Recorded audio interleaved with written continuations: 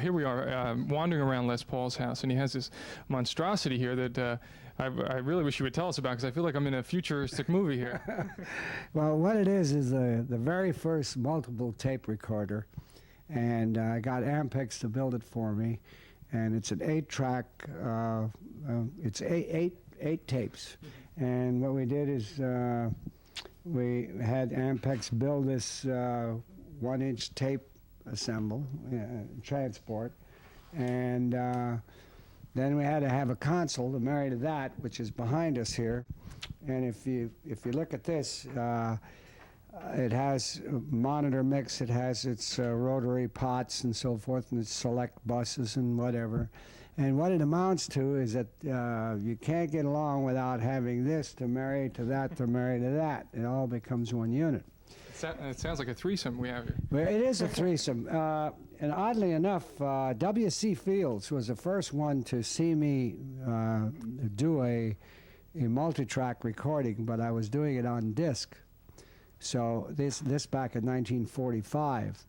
And he says, you remind me of an octopus.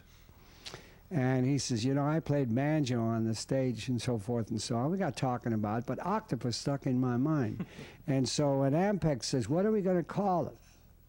So we call that unit over there, the multi-track machine, the octopus. And when that feeds into this board here, if you look down here, right here, it says OCT. October, octopus, of course. And where did that come from? It came from W.C. Fields. Oh, yeah. And, of course, we had no idea that there was going to be such a thing as stereo. And we unconsciously made it stereo.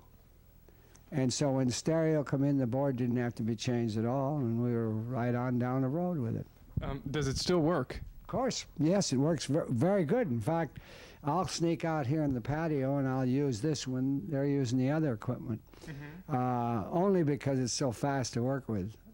Not that it's any better or any worse. It's the same 15-30 inches per second, and it's right in there. It's got everything on it the new one's got.